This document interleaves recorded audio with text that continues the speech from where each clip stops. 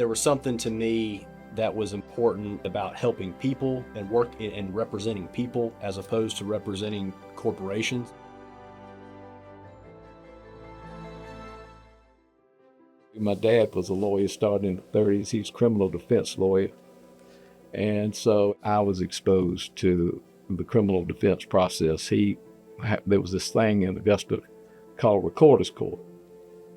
And that was where you had people who were charged with very low-level crimes. So he could go at night and people called him up, he'd go get them out of jail. That was a common thing that we just grew up with. People call him all hours of the night, go get them out of jail. But anyway, so I got out of high school. I went off to Vanderbilt and stayed there for 4 years. And then when I got out, I had a few issues about getting into law school. And so I went to work. My dad owned a radio station in Anderson, South Carolina. And so I went over and worked in the radio business, and that was really a lot of fun because they let me be what we called back then a disc jockey.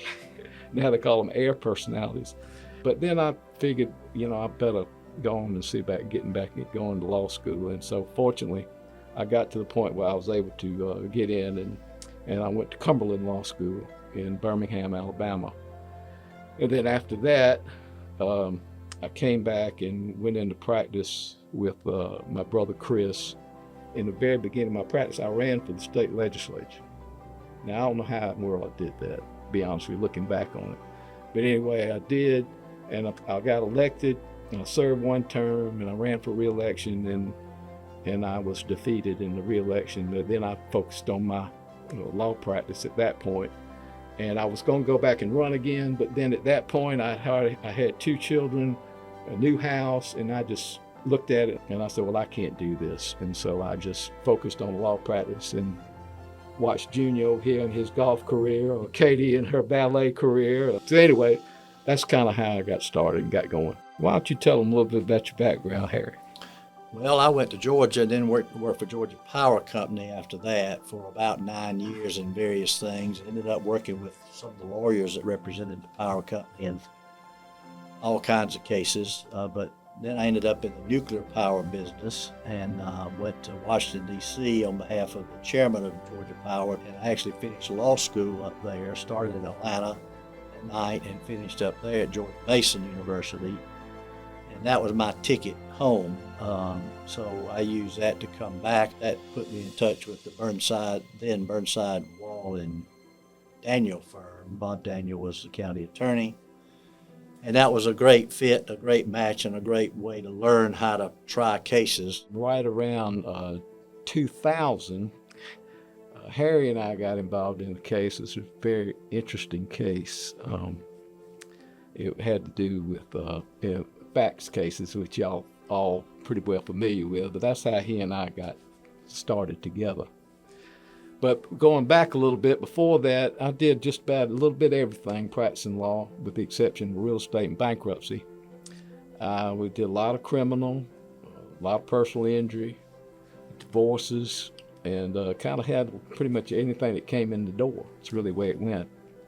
But then I like to say I evolved and got into the personal injury business. So like I say, got more into the personal injury, was able to manage that. Harry and I partnered up in 2004, which was a very good situation, fortunate to do that. Did y'all know each other? I mean, in kind of the Augusta bar? I knew Harry.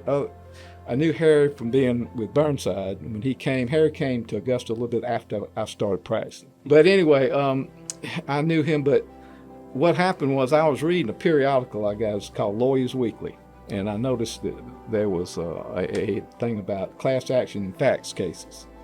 And so I knew Harry had done some class actions with the old Fleet Finance days. He was heavily involved in that, and I said, well, I'm going to go over here and talk to Harry and see what he thinks about this. Well, we got looking at it, and so Harry said, well, I think we can do something with this. So we got involved in it. We took off, and it only took us about 10 years from start to finish, right, Harry? That's right. But we went up one side of the street and down the other, pursuing this case, but fortunately we had a successful result, and it was a lot of fun. We got some notoriety. I ended up being on Good Morning America with George Stephanopoulos and Diane Sawyer, which was a real treat. So That case was a trial, right? A jury trial it here. was a jury trial, very interesting jury trial. Here in Augusta. Right. That's right. He was in Augusta. Yeah. Trial. Jury trial. Yeah. Sam was the client. I was the Right. lawyer. Right. I really didn't know Sam that well. In fact, I think we had been on opposite sides. We had of been. a case or two before, so I knew him casually, and he came over with this idea for handling these cases as class action. I had done several class actions successfully, and we thought that case could work, and it did work. And we actually tried it rather quickly. We probably tried it within 6 or 9 months of filing the case, and it was, I think, may still be one of the largest verdicts. It was about a $12 million verdict from a Richmond County jury with Judge Carl Brown on the bench. And it went up into the appellate courts and bankruptcy courts and Supreme Court, Court of Appeals, 11th Circuit Court of Appeals, and everywhere. So we learned, we learned a ton of law handling that one case, even though it was somewhat of a simple case in many respects. So when y'all started the firm in 2004, were there many other firms or any other firms in Augusta that were doing just personal injury cases? So as far as exclusively personal injury, there were just probably 5, maybe 7 firms that had done that. What was it about personal injury that kind of said, well, this is the track we want to focus on? Well, I was already doing that probably for, say, 5 to 10 years prior to the time we partnered up. And there are several reasons. One was that the clientele, you could get along better. You never had any dispute about the fees, and the risk reward was much better. What about your path to Nicholson Revell, Dixon?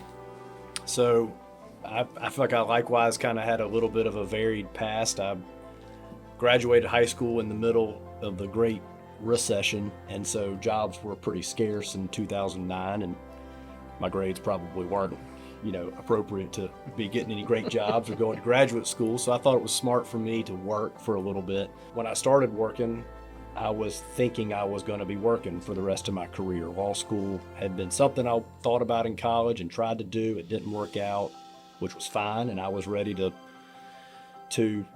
start a career somewhere. And I wound up in Augusta. I was working for a local privately held recruiting firm, and I found myself actually joining kind of labor and employment type law. But that interested me enough to kind of wet my whistle to give law school another run. And so I went to law school. I think being a little older helped. I treated it like a job, graduated in the top 12% of my class, and that set me up to get a job with a large firm in Atlanta. So the firm I worked for was what was then called Troutman Sanders. At that time, they had 700 lawyers and 200 in the Atlanta office where I was, and it was a great learning experience. And they expected a lot out of me, which I thought was helpful for me in my growth. And I think one of the things that was unique for me there was that within my first year at Troutman Sanders, a massive firm, I first chaired a jury trial in Fulton County, and there's not many first, second, third, fourth, fifth year associates that I think can say that. I had help. I had a kind of a senior partner who was second chair, although he was much more experienced, but he let me handle everything all the way through that jury trial.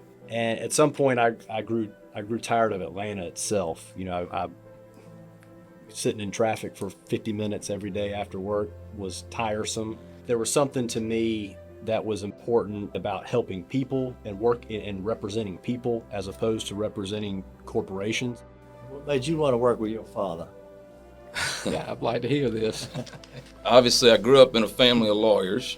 Had my dad practicing a long time. My granddad before him started in the 30s in Augusta, and so I grew up hearing a lot of those type stories, obviously in the household, and then really just out in the community. I heard a lot about George Nicholson, my grandfather, and what all he did in the community to help folks, mostly doing criminal defense.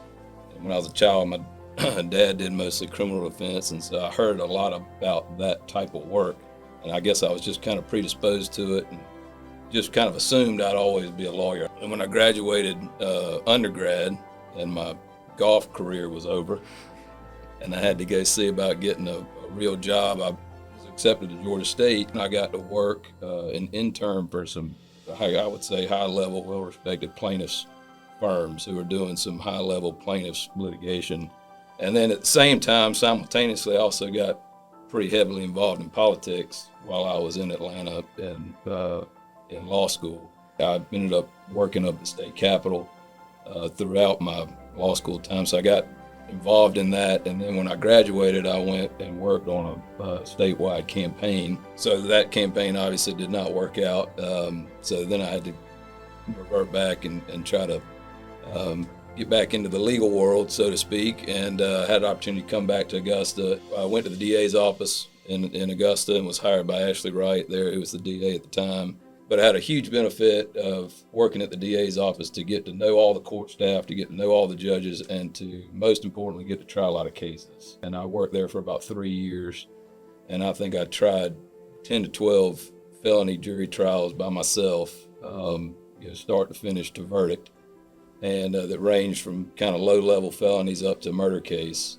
I had a lot of fun doing that, but it gets to where you're kind of doing the same thing kind of over and over again, and I probably didn't have the mindset to be a career prosecutor, and so I was looking to make a change. My family was growing at that time, the financial considerations associated with that, and thought it would be a good time for me to make the move. And fortunately, y'all at that time were kind of growing as well, and so it ended up being a good fit.